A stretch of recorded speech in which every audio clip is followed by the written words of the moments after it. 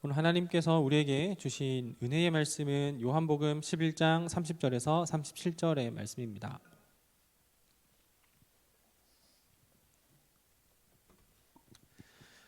요한복음 11장 30절에서 37절입니다. 하나님의 말씀 제가 봉독하겠습니다. 예수는 아직 마을로 들어오지 아니하시고 마르다가 맞이했던 곳에 그대로 계시더라.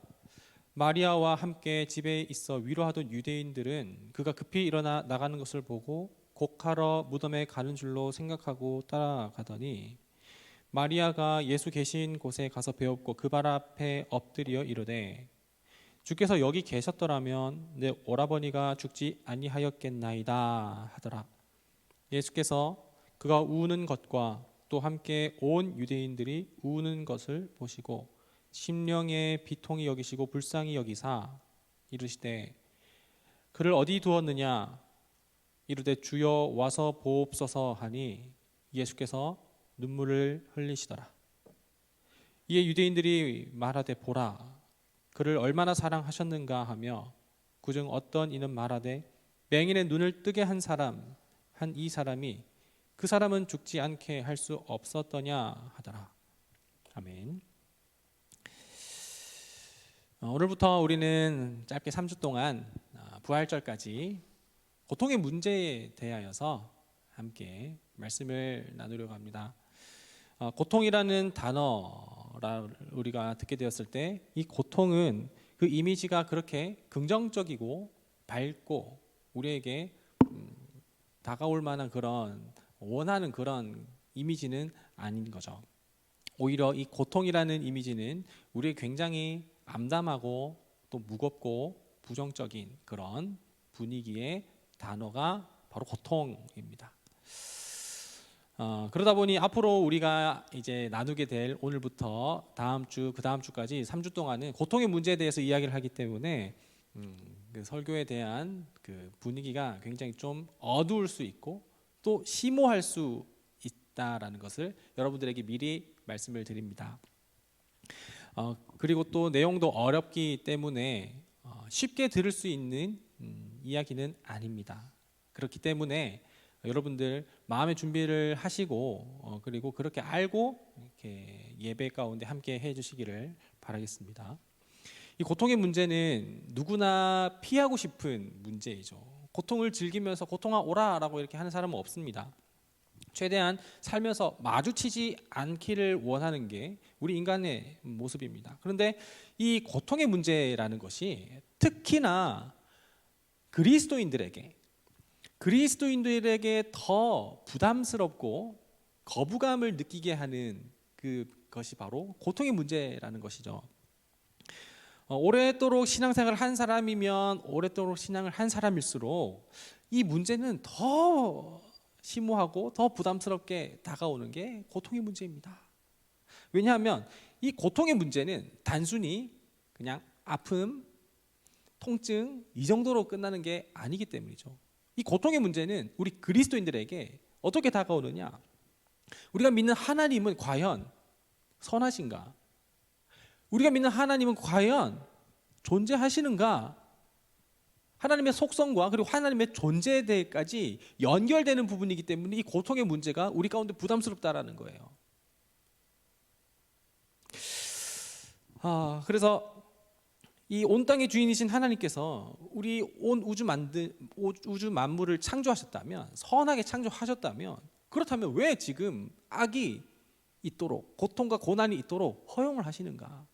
그 문제가 우리 가운데 계속해서 질문이 나타나고 있는 것이죠. 전지전능한 하나님이시라면 앞으로 미리 일어날 일들을 전부 다 우리에게 막아주시고 피해주시고 하나님 안 아프게 해주세요. 하나님 위험한 일 안 당하게 해주세요. 사고 안 나게 해주세요. 건강하게 살게 해주세요. 라고 이렇게 할 수 있고 그렇게 간구할 때 하나님께서는 우리를 전부 다 피하게 해주셔서 그 문제들 다 해결하게 해주셔서 우리 믿는 사람들이 고통당하지 않게 평안하게 어려움을 당하지 않게 하시면 좋을 텐데 근데 하나님께서는 전지전능하시다면서 선하시다면서 그 고통의 문제를 악의 문제를 왜 허용하고 계시냐 라는 문제예요. 우리가 하는 생각 가운데 고통의 문제와 그리고 선의 문제는 상당히 거리가 멀어 보이고 서로 대립관계에 있는 것처럼 느껴지게 되기도 합니다. 그래서 전능하시며 선하신 하나님께서는 이 땅 가운데에 고통을 막지 않으시고 허용하시고 방치하시는 것, 이거 우리에게 풀리지 않는 난제이지 않을까요? 여기에 대한 질문들 없으셨나요, 그동안? 근데 이런 고통의 문제와 그리고 고난의 문제, 악에 대한 문제가 방금 우리가 얘기했었던 이런 질문들 가운데 우리 삶 가운데 실질적으로, 직접적으로 혹은 간접적으로 우리가 보게 될 때 우리는 하나님을 원망하면서 하나님 왜 이렇게 나를 이렇게 당하게 하셨나요? 라면서 원망할 뿐만 아니라 하나님의 성품에 대해서도 우리가 의심을 할 수 있게 된다는 거죠.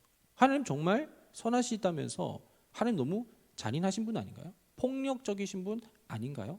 라고 하나님의 성품에 대한 의심까지도 들게 되고, 심지어는 하나님은 계신가에 대한 존재까지 우리가 질문이 이어지기 때문에 우리한테 부담스럽습니다.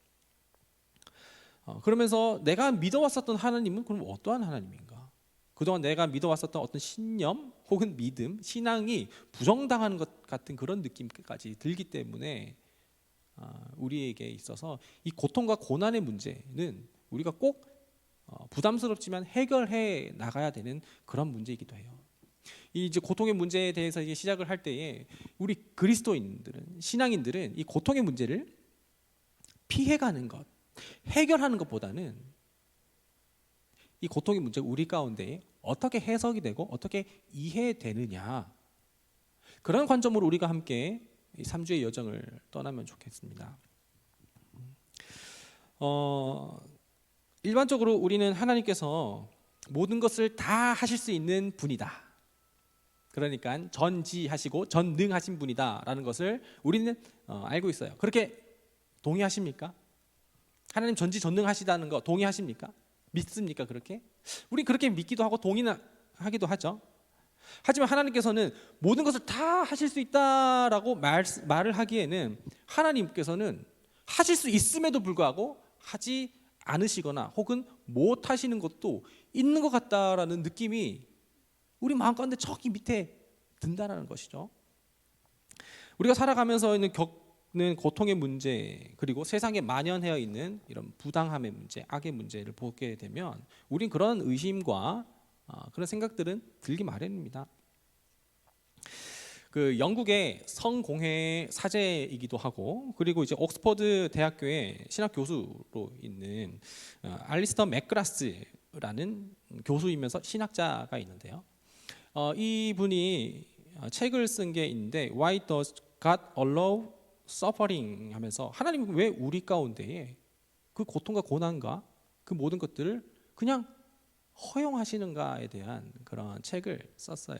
여기에 이제 이 책에 무슨 내용이 있냐면 이런 표현이 있는데, 하나님은 네모난 원을 만드실 수가 없다. 그렇게 한다면 하나님은 자가당착에 빠지는 것이다 라는 이런 문장이 있어요. 여러분 혹시 네모난 원을 만드실 줄 아시나요? 네모도 사각형도 모양이고 원도 모양입니다. 둘 다 다른 모양을 갖고 있죠. 고유의 모양을 하고 있는데 이 두 가지 모양에서 하나의 형태가 나타날 수는 없다라는 것이에요. 하나님은 원을 만드실 수 있는 분이십니다. 그렇죠? 한편 하나님은 네모도 만드실 수 있는 분이십니다. 그렇죠? 그런데 하나님께서는 못하시는 게 있다면 네모난 원은 만드실 수가 없다라는 거예요. 하나님께서는 각각은 만드실 수 있지만 네모난 원을 만드실 수 없는 것은 그것은 자가당착에 빠지는 것이기 때문에, 이러한 측면에서 하나님께서는 모든 것을 하실 수는 없다라고 표현을 할 수가 있는 것입니다. 하나님께서 만약에 세상을 네모나게 만드시기로 작정을 하셨다면 그러면 거기에서는 네 가지 각이 반드시 존재해야 되고 거기에서는 곡선이 존재할 수가 없는 거예요. 한편 하나님께서는 세상을 원으로 만드시기를 작정하셨다면 그러면 거기에는 곡선이 있지 거기에 각이 있을 수가 없습니다. 직선이 있을 수가 없는 것이죠. 모순이 되기 때문이에요. 조금 어렵죠. 잘 이해하시면서 따라오시기를 바라겠습니다. 자, 다시 한 번 더 얘기를 하지만 하나님께서는 모든 것을 하실 수 있는 분입니다. 그러나 하나님께서 세상을 창조하시고 또한 우리를 창조하시고 그 나라를, 그 땅을, 세계를 섭리하시고 그 뜻에 따라서 계획하실 때에, 그때에 그 하나님께서 세워놓으신 그 기준에 따라서 창조하실 때에 그 창조의 계획과 섭리가, 그 기준이, 하나님께서 세워놓으신 그 질서가 망가지지 않도록, 흐트러지지 않도록 그렇게 하기 위해서는, 모순이 생기지 않게 하기 위해서는 어쩔 수 없이 하나님께서는 이거를 지키시기 위해서 이거를 지키기 위해 못 하시는 것이 있다라는 거예요.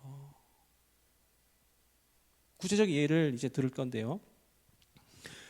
제 주변에는 부모님들이, 그러니까 젊은 부모님들이 많아요. 아기를 둔 부모님들이 많아요. 제가 그런 나이가 돼서 그런 것 같은데, 그 육아를 하는 방식을 이렇게 딱 보게 되면, 그러면은 한 가지 좀 이렇게 집중적으로 이렇게 꼭 지키고 있는 그런 모습을 보게 되는데, 그것이 무엇이냐면 이 자녀들과 하는 약속 있죠.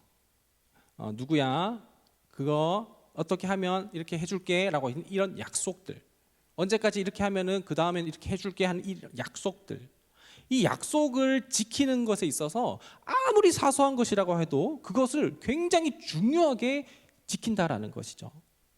이거 밥 다 먹으면 뽀로로 보여줄 거야. 밥 다 못 먹으면 뽀로로는 못 보는 거야. 라는 이 약속을 하게 됐을 때 지킨다면, 여기에 대해서는 자녀는 부모님에 대한 어떤 약속과 그 관계가 형성이 되는 거고 신뢰가 된다는 것이죠. 그런데 밥 다 먹어, 다 먹으면 뽀로로 보여줄게 라고 했는데 밥 다 먹었는데 안 보여줘요. 그러면은 부모님은 믿을 만한 분이 안 되기 때문에 관계 형성에 있어서 어긋나는 그런 크랙이 생기게 되는 것이죠.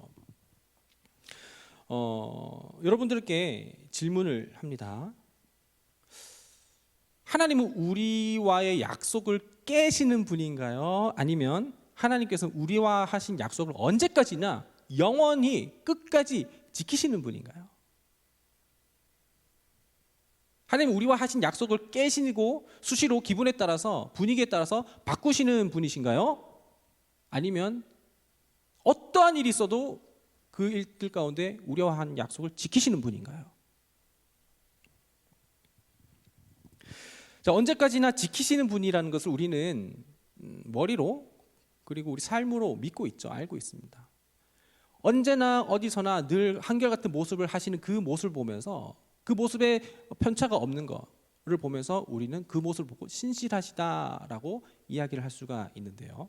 다시 네모난 원 이야기를 생각을 해보면서 두 가지 문장을 여러분들께 보여드리겠습니다. 첫 번째, 하나님께서는 언제든지 생각을 바꾸실 수 있으시며 상황과 기분에 따라서 그 과거의 약속에 제한받을 필요 없이, 내가 너희들과 한 약속이 필요 없이, 지금은 상황이 변해서, 시대가 변했어, 그렇기 때문에 난 계획 변경을 하실 필요 하신다라는 거.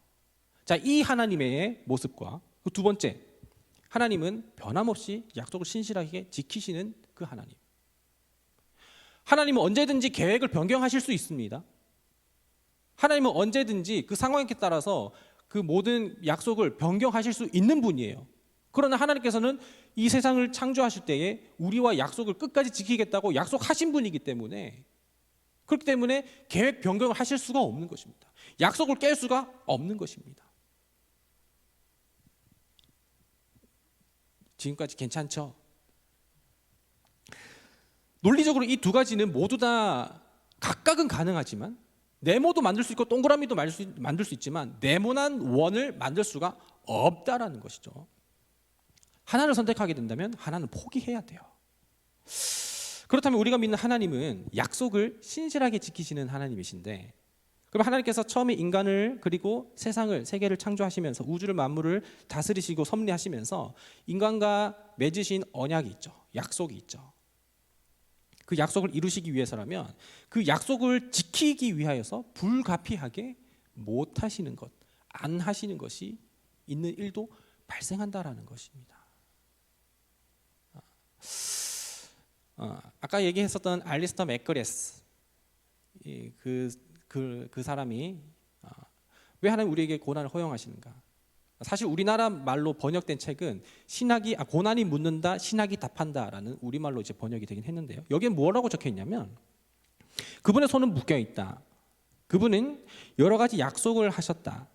그분의 행동의 자유를 제한하는 약속이다. 그분은 약속을 충실히 지킨다. 그분의 약속은 독단적이지 않다. 그것은 하나님의 변치 않으시는 성품을 반영하며 거기에 의거하고 있다라는 것입니다. 그렇다면 우리는 하나님께서 전지하시고 전지전능하시긴 하지만 모든 것을 다 하실 수는 없게 되었다라는 것을 우리는 아직 알게 되었어요. 자, 그러면 여기까지 이해가 됐다면 우리는 이제 그 다음의 문제로 넘어갈 수가 있게 되는데요. 자, 우리는 그러면 세상을 살아갈 때, 고난을 당할 때, 그리고 삶을 살아갈 때 이런 질문을 할 수가 있는데 1. 하나님 정말 선하시고 그리고 사랑이 많으시다면 우리 모두가 행복하기를 바라실 것이다. 우리 사랑하신다면 잘 되길 바라니까. 그럼 두 번째, 그러면 하지만 우리 현실 가운데에서 우리는 실질적으로 현실 가운데 고통을 당하고 고난을 받고 있다. 3. 그리고 우리는 고통과 고난을 경험하게 될 때 전혀 행복하지 않다. 하나님 우리 사랑하시다면 우리는 행복하게 살기를 바랄 텐데. 그래서 4. 그러므로 하나님의 선과 하나님의 사랑, 심지어는 하나님의 존재를 의심할 수밖에 없다. 이런 순서로 우리가 논리를 펼쳐나갈 수가 있게 되는데, 자, 그래서 근데 여기에서 말하는 이 네 가지의 문장 가운데에 드러나는 단어가 있다면 무엇이냐면 행복이라는 단어예요. 하나님 우리를 사랑하시고 그럼 우리가 행복하시길 바라실 텐데, 근데 우리는 고난을 당할 때 행복하지 않다라는 거죠. 그런데 이 행복에 어떠한 우리가 행복을 추구해야 하는가라는 문제인 거죠. 여러분, 라면을 먹는 사람이 행복할 수 있지만 라면을 드디어 끊을 수 있게 되어서 행복한 사람도 있는 것이에요. 하나님께서 우리를 세상을 창조하시고 우리를 다스리실 때에 하나님의 기준 가운데 있는 행복이 있지만 우리가 추구하는 행복이 다르다라는 것이죠. 이 간격을 우리는 그러면 어떻게 좁힐 수가 있느냐? 하나님께 그 기준을 옮기라고 할 거예요.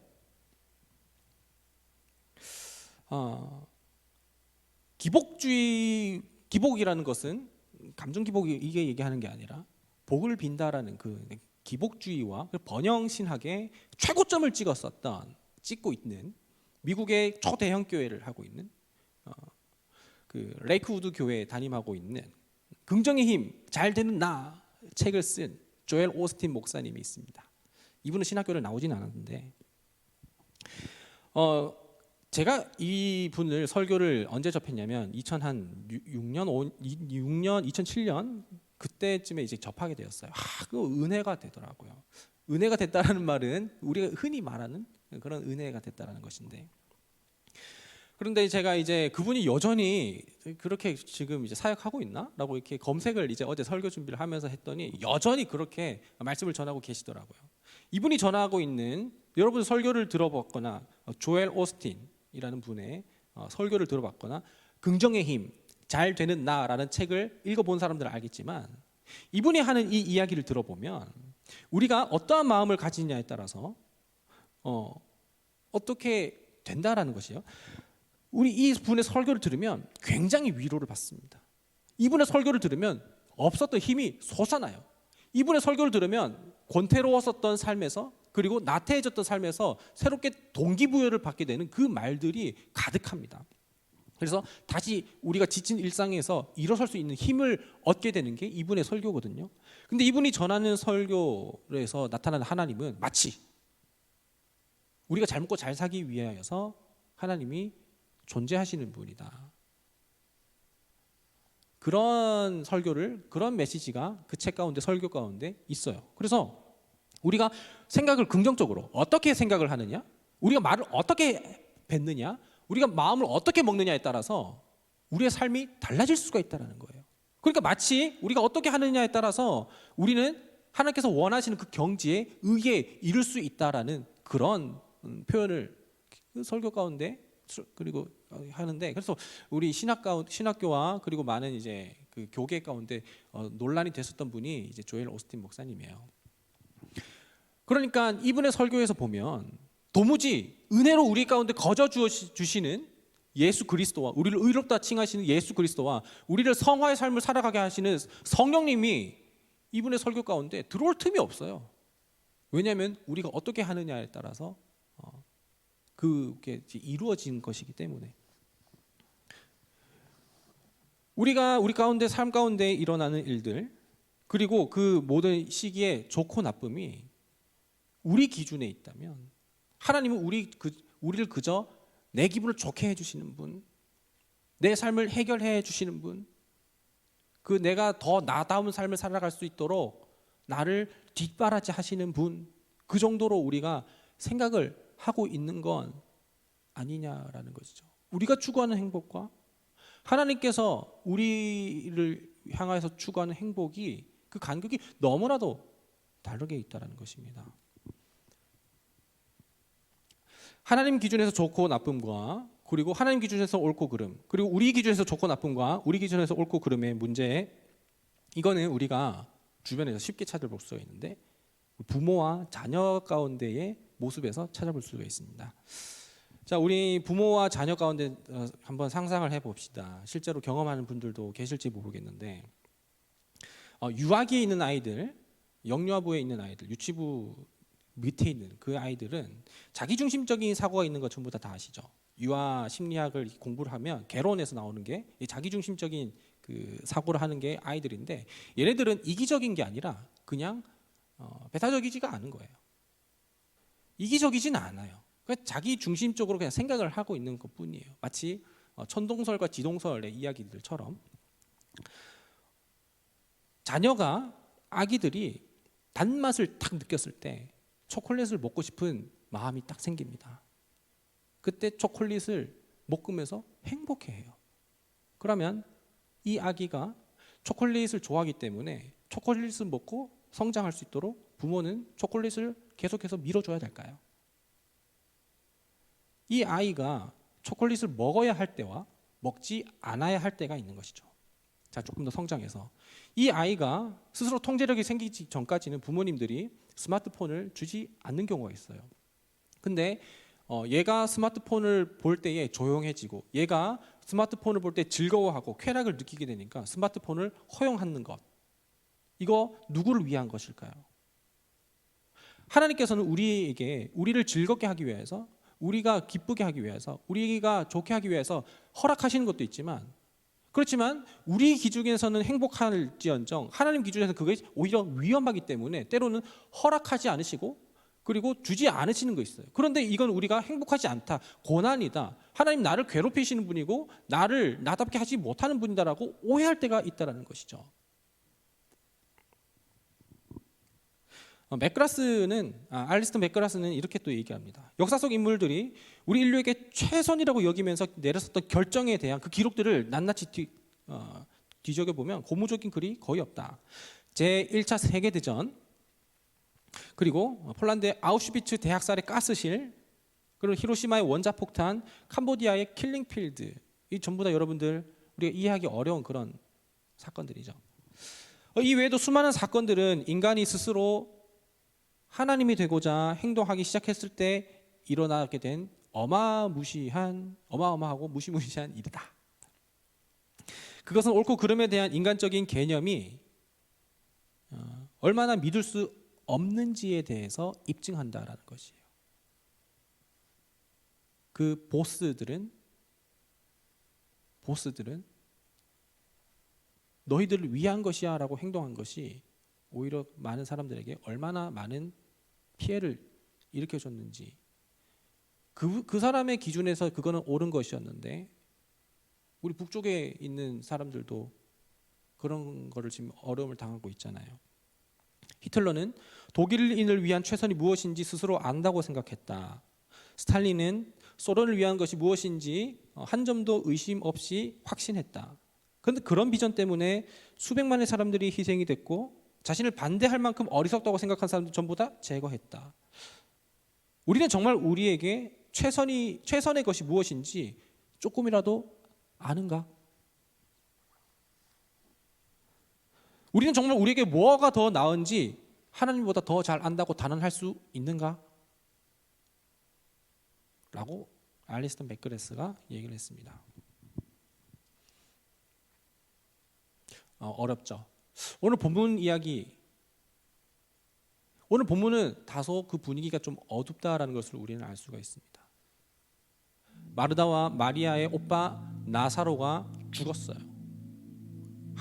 예수님께서는 아직 나사로에게 숨이 붙어 있을 때 얼마든지 오실 수 있었지만 의도적으로 숨이 떨어질 때까지 가지 않으셨어요. 마리아와 마르다는 확신이 있었습니다. 어떠한 확신이 있었느냐? 예수님께서 여기에 계셨더라면 우리 오라버니는 죽지 않았겠다라는 확신이 있었어요. 그러나 그거는 그들의 확신이었습니다. 이게 우리가 바로 하나님에 대한 고정관념이에요.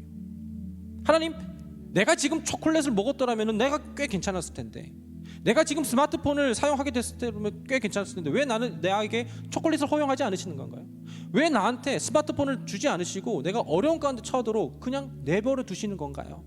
그런데 우리는 뭐가 더 나은 것인지 확신할 수가 없어요. 하나님보다 더 알지 못해요. 예수님께서는 나사렛 무덤 앞에서 눈물을 흘리시는 모습을 흘리시면서 슬퍼할 때, 그때 많은 유대인들은 하나님의 능력에, 예수님의 능력에 대해서 의심합니다. 저 사람은 맹인의 눈을 뜨게 할 수 있었지만 정작 저기 있는 죽어있는 사람은 죽어가는 사람을 죽지 않게 할 수는 없었는가? 이게 우리 고정관념이에요. 하나님은 더 빨리 왔었어야 됐었다고 생각하는 게 우리 고정관념이에요. 오히려 하나님은 그 때를, 최선의 때를, 그 선을 이루시는 그 약속을 깨뜨리지 않는 선에서 하나님의 기준에 따라서 섭리 가운데에 그 때를 기다리시고 계시는 것일지 모르겠는데, 그런데 우리는 하나님이 변덕스러운 분이다, 하나님은 신실하지 않으신 분이다, 하나님은 있는 분인가, 하나님은 포악하시고 폭력적이신 분인가 라고 우리가 오해하게 된다는 것이죠. 우리의 틀, 고정관념 때문에. 하나님은 왜 네모난 원을 만드시지 않는가? 오늘 나사로의 죽음을 보면서 많은 사람들이 그렇게 생각한 것입니다.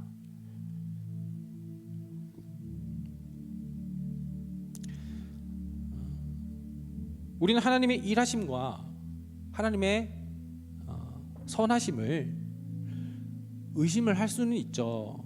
의심을 하지 못하는 건 아닙니다.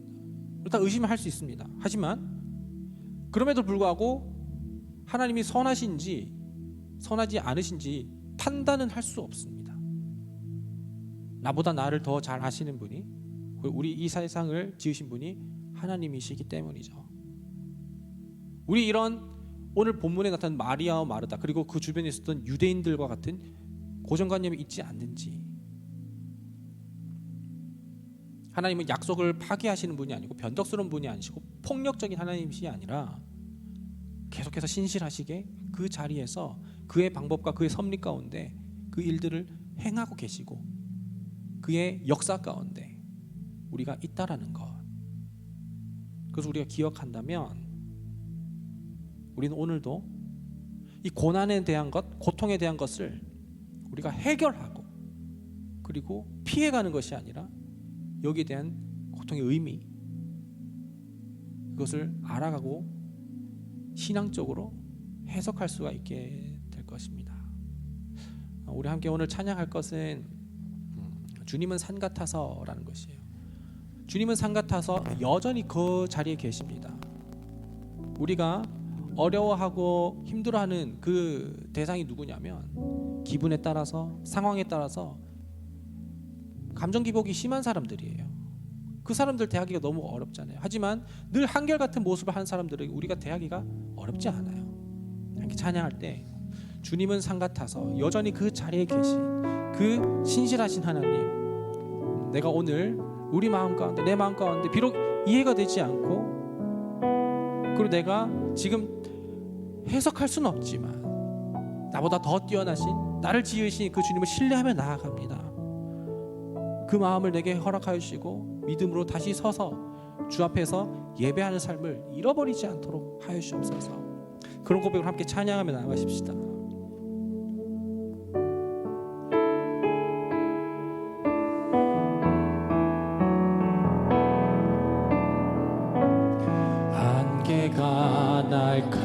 가리워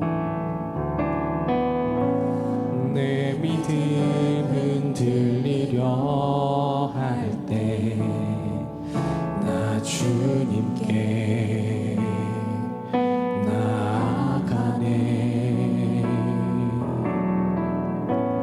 주님은 산 같아서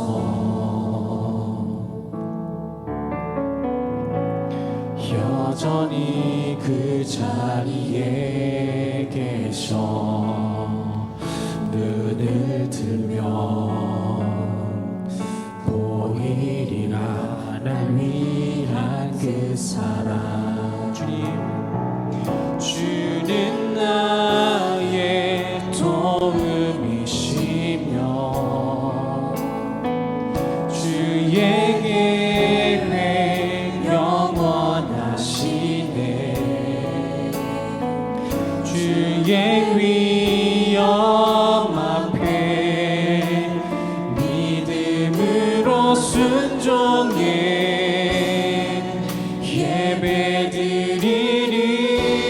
예배드리리 영원히 안개가 날 가리워 안개가 날 가리워 어둠 가운데 고통 가운데 내 믿음은 들리려 할 때 다시 한 번 더 주님께 나아가네 주님은 산 같아서 주님은 산 같아서 여전히 그 자리에 계셔 눈을 들면 그 신실하신 주님이 우리 함께 일어서서 우리 마음을 선포하며 찬양하며 나가십시다. 주님 나의 도움이시려 주의 계획 신실하시고 영원하십니다. 하나님 여전히 오늘도 그 계획을 이루시기 위하여서 섭리하시고 다스리십니다. 앞에 믿음으로 순종해 예배드리리 주께서 날 이끄시며 주가 항상 함께 하시네 주의 사랑 안에 믿음으로 순종해 예배드리리 영원히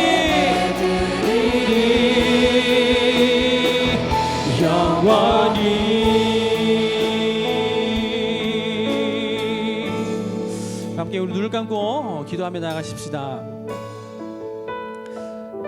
하나님은 하실 수 없는 게 있는데 네모난 원을 못 그리신다라는 것입니다. 왜냐하면 원을 영원히 그리기로 작정하셨기 때문입니다. 하나님 우리를 사랑하시기로 작정하시고 우리를 그의 나라를 위하여서 그의 의를 위하여서 섭리하시고 계획하시고 질서를 세우시고 순서에 따라서 그 계획을 이끌어 가실 때에 그것을 신실하게 이끄시기 위하여서 못 하시는 것이 있습니다.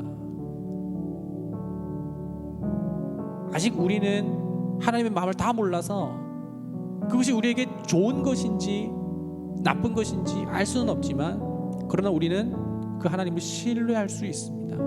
주님, 내가 고정관념을 깨뜨리게 하여 주옵시고 내 상황 가운데 행복을 찾는 것이 아니라 주께서 바라신 행복이 무엇인지를 찾아나가는 믿음의 성장과 성숙이 내게 있게 하시옵소서. 우리 한번 그런 기도 제목으로 겸손한 마음으로 함께 기도하며 나가십시다. 기도하겠습니다.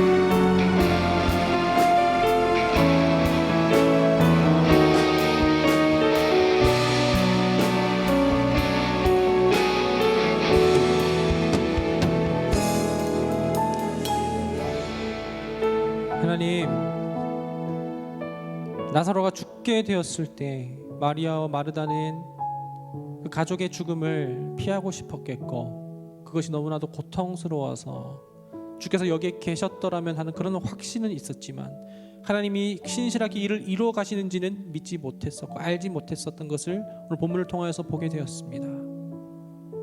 하나님, 우리가 하나님을 의심할 수는 있겠지만 하나님이 그런 분이시라고 판단하는 그런 교만한 마음은 무너지게 하시옵시고, 우리가 하나님의 일하심을 목도하며 동참하며 그 신실하신 하나님 일을 이루어 가실 때에, 비록 우리가 지금 고난을 당하고 고통을 당해서 너무나도 힘들지만, 이해가 되지 않지만, 그것이 우리 가운데에 해석이 되고 이해가 되고 주의 신실하심에 따라 믿음으로 나아가게 되는 믿음이 우리에게 일어나게 하시옵소서. 오늘도 그렇게 그렇게 인도하여 주실 것을 믿으며 예수님의 이름으로 기도드립니다. 아멘.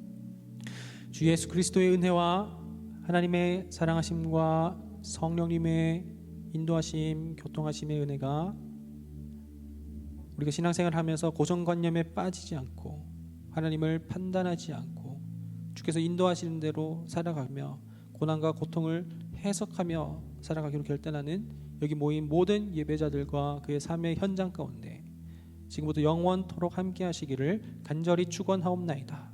아멘.